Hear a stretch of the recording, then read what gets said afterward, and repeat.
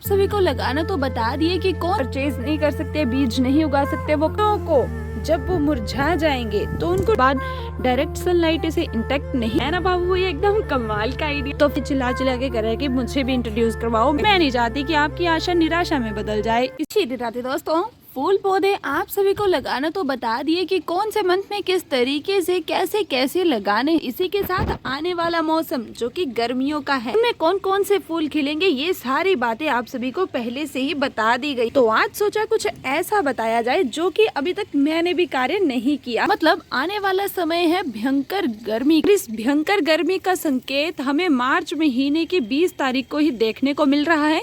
Just एक ही दिन अपने पौधों को पानी नहीं दिया और पौधे की पत्तियां हरी से भूरी हो गई। मतलब एक ही दिन में पौधों में काल पड़ गया है, कुछ इस तरीके का सूखे का। तो ये साइन दे रहा है कि आने वाला समय इससे भी ज्यादा भयंकर होने वाला है। तो अभी अभी जितनी भी पॉसिबिलिटीज आप कर सकते हैं अपने पौधों को बचाने के लिए जल्द से जल्द कर लीजिए, नहीं तो बाद में आपको ये डायलॉग बोलना पड़ेगा, पछताए हो तो क्या जब चिड़िया चुग गई खेत। इसीलिए दोस्तों गर्मियां आने से पहले जल्द से जल्द कौन से काम करने हैं हमें, आज वो इस वीडियो में हम सभी मिलकर चर्चा करेंगे और साथ में मिलकर उन कार्य को करेंगे। जैसे कि अभी गर्मियां आ रही हैं, सर्दियां जा रही हैं, तो सर्दियों वाले जो फूल है वो भी धीरे धीरे करके अब हमारे गार्डन से जाने लग पड़ेंगे। इस चक्कर में कहीं हमारा गार्डन एकदम सुनसान न हो जाए, इसके लिए सबसे पहला काम आप ये करें कि बीजों के माध्यम से सीड्स को मतलब प्लांट्स को उगाना शुरू कर दें। और डेयर सब्सक्राइबर्स का सवाल रहता है कि सीड्स को धूप में रखना चाहिए कि छाया में।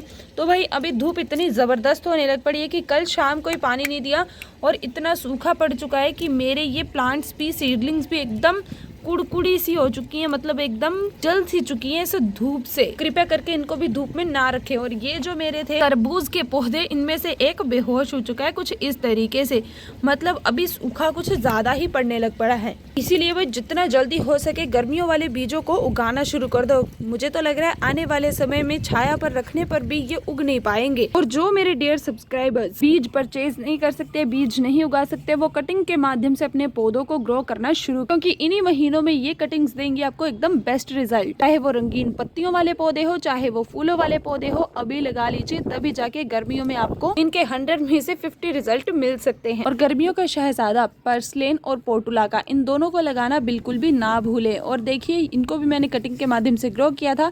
न्यू शूटिंग्स यहाँ पे निकलना इसकी भी शुरू हो चुकी है। तो कृपया करके आप भी जल्द से जल्द इसे लगा। और दूसरी मेन चीज अब आती है ये, जैसे कि सर्दियां जा रही है, गर्मियां आ रही है, सर्दियों के पौधे भी जाएंगे, ये बात मैंने आपको पहले ही कह दी। अब देखिए एक बार तो हमने खर्चा कर लिया, 100 रुपए खर्च करके हमने। अब नेक्स्ट टाइम अगर आप खर्चा नहीं करना चाहते हैं इन पौधों को उगाने के लिए, तो आपने सिंपली क्या करना है, बहुत ही सिंपल सा फंडा है इसका। जो फ्लावर्स मुरझा जाते हैं, कुछ इस तरीके से हो जाते हैं, उनको निकाल लेना है और उनको अच्छे से धूप में सुखा लेना। आपको क्या लगा मैं ऐसे कहूंगी? भाई बीज तैयार करने हैं तो आपको पता क्या करना को, जब वो मुरझा जाएंगे तो उनको डेड हेड बिल्कुल भी नहीं करना है। मतलब उनको पौधे से अलग बिल्कुल भी नहीं करना है, उसे ऐसे ही सूखने देना है पौधे पे अच्छे से। उसके ये जो पॉइंट्स देख रहे हैं, यही इसके बीज है, ये अच्छे से पक जाएंगे और पकने के बाद हो जाएंगे यहीं पे आपके ढेर सारे बीज तैयार। अब देखिए एक में ही इतने सारे ये आपको दिख रहे हैं, सबके सब बीज हैं। जब सभी में इसी तरीके से होंगे तो भाई वाह, तो आप फूलों का गार्डन नहीं, फूलों का खेत तैयार कर लेंगे। तो इसीलिए आपने सिर्फ और सिर्फ 5 से 6 फूलों को ही अपने पौधे पर एज इट इज ही रखने देना है और बाकियों को कुछ इस तरीके से डेड हेड कर ले, ताकि जब तक ये हैं तब तक नई नई कलियां बनके हमारे गार्डन को कुछ इस तरीके का रिजल्ट देते रहें। और जब लगे कि पौधा पूरी तरीके से सूखने वाला है, तब जाके 5 से 6 फूलों को तोड़ने की बजाय पौधे पर ही रहने दे। तब जाके आपके बीज तैयार हो जाएंगे और उनको हार्वेस्ट करके फिर पैक कर ले जिपर बैग में, मतलब एयर टाइट कंटेनर में, ताकि वो बीज आपके खराब ना हो नेक्स्ट विंटर्स तक। के बाद दोस्तों अब बात करेंगे कि जैसे कि मैंने कहा कि भाई पौधों का बहुत बुरा हाल है, बेहोश हो जाते हैं, एक ही दिन में प्राण त्यागने पे आ जाते हैं। तो ऐसी कंडीशन में इन पौधों का क्या क्या सोल्यूशन हो सकता है, जो पॉसिबल सोल्यूशन है मैं आप सबको बता देती हूँ। तो ये देखिए अभी हमने मैंने फ्लावर्स डेड हेड कर लिया है। अब इसे कुछ लोग फेंक देते होंगे और कुछ इनसे बना लेते होंगे कंपोस्ट। अगर आपके पौधे का हाल मेरे पौधे की तरह हो जाता है, मतलब इनमें बहुत सूखा पड़ जाता है, ये बेचारे मरने पे आ जाते हैं, तो आप इनमें सिंपल ट्रिक ये अपना सकते हो कि जितने भी फूल आप डेड हेड करते हैं, कट करते हैं, उनको कंपोस्ट या कचरे में फेंकने की बजाय आप उसी गमले में डाल दें। अब इससे होगा क्या, जो मिट्टी है आपके पौधे की वो इस तरीके से कवर अप हो जाएगी। कवर अप होने के बाद डायरेक्ट सनलाइट इसे इंटैक्ट नहीं कर पाएगी, और इंटैक्ट नहीं कर पाएगी तो मिट्टी कैसे सूखेगी? तो है ना बाबू, ये एकदम कमाल का आइडिया। तो फिर देरी किस बात की है, जल्द से जल्द इस तरीके को अपनाओ और इनको सूखने से बचाओ। यहाँ पर हो चुके हमारे 3 ऐसे कार्य जो कि आपने जल्द से जल्द ये कर ही लेने हैं। जैसे जैसे आप सुनते जा रहे हो वैसे वैसे मेरे आइडिया से तो करते भी जाओ। और ये किसी की नजर जा रही है इस पे, तो भाई इंट्रोड्यूस करवाई देती हूँ। ये चिल्ला चिल्ला के कर रहा है कि मुझे भी इंट्रोड्यूस करवाओ, मैं न्यू मेंबर हूँ आपके गार्डन का। तो ये मटकू मुझे मिला था मेरे घर में ऐसे पड़ा हुआ, तो बस मैंने उठाए कलर्स, रंग बिरंगी कलाकारी करना शुरू कर दी। जैसे ही कलाकारी कंप्लीट हुई, कलर सूख गया। डाइंथस जो कटिंग के माध्यम से ग्रो किया था उसे मैंने जस्ट अभी थोड़ी देर पहले ट्रांसप्लांट कर दिया है, तो अभी तो टॉप पे रखा हुआ है। अदरवाइज ऐसे वीडियो ऑफ होगा, मैं इसे छाया वाले स्थान पे रख दूंगी थोड़े दिनों के लिए, बिकॉज अभी जस्ट ये न्यू ट्रांसप्लांट किया गया है। और हाँ, ये भी बात मेन है, चौथा पॉइंट आपका ये आ जाएगा कि जितने भी पौधे ट्रांसप्लांटेशन करने वाले हैं उनको जल्द से जल्द ट्रांसप्लांट कर ले, बिकॉज तड़कती भड़कती गर्मी में यही बेचारे जी नहीं पाएंगे। तो जो आप नई मिट्टी में नया पौधा लगाएंगे उसकी तो कोई पॉसिबिलिटी मुझे लग ही नहीं रही है। छाया में भी रखेंगे फिर भी धूप की इतनी तेज हवाएं चलेंगी कि वो छाया में रखा रखा भी इस तरीके से मर जाए। मैं नहीं चाहती कि आपकी आशा निराशा में बदल जाए, इसीलिए आप सबको चेतावनी दे रही हूँ कि जल्द से जल्द ये काम कर ही लो। तो ये सब बातें तो मैंने आपको कही ही हैं। अब चलो कुछ ऐसी बातें कहने के बजाय कुछ काम कर भी लेते हैं, क्योंकि आप सबको कहा ना मैंने कि कुछ काम मैंने करने भी है, तो चलो मिलकर करते हैं। तो ये देखिए, ये गमला एकदम खाली सा पड़ा हुआ है। तो हमारे यहाँ छोटी सी छोटी चीज़ काम पे जब लगी हुई है, तो इतना बड़ा गमला 20 रुपए में खरीदा हुआ गमला कैसे खाली रह सकता है। वैसे तो इसमें रियो प्लांट मैंने लगाया है, बट वो अभी प्रोग्रेस पे है, और ये बेचारे हवा से उड़ के यहाँ पे आ गए, ये भी प्रोग्रेस में चल रहे हैं, और ये अपना कार्य करके वापस जा चुका है। तो इसे यहाँ पे डाल देते हैं और यह सूनी जगह पे कुछ लगा देते हैं। तो इसके लिए मेरे जीनिया के ये प्लांट्स एकदम बेस्ट रहेंगे, बिकॉज ये भी तड़कती भड़कती धूप की वजह से इस छोटी सी जगह में अच्छे से चल नहीं पा रहे हैं, और ये चाह रहे हैं कि अभी हमें यहाँ से निकाल दिया जाए। तो बिना देरी किए मैं इनको यहाँ से निकाल दूंगी।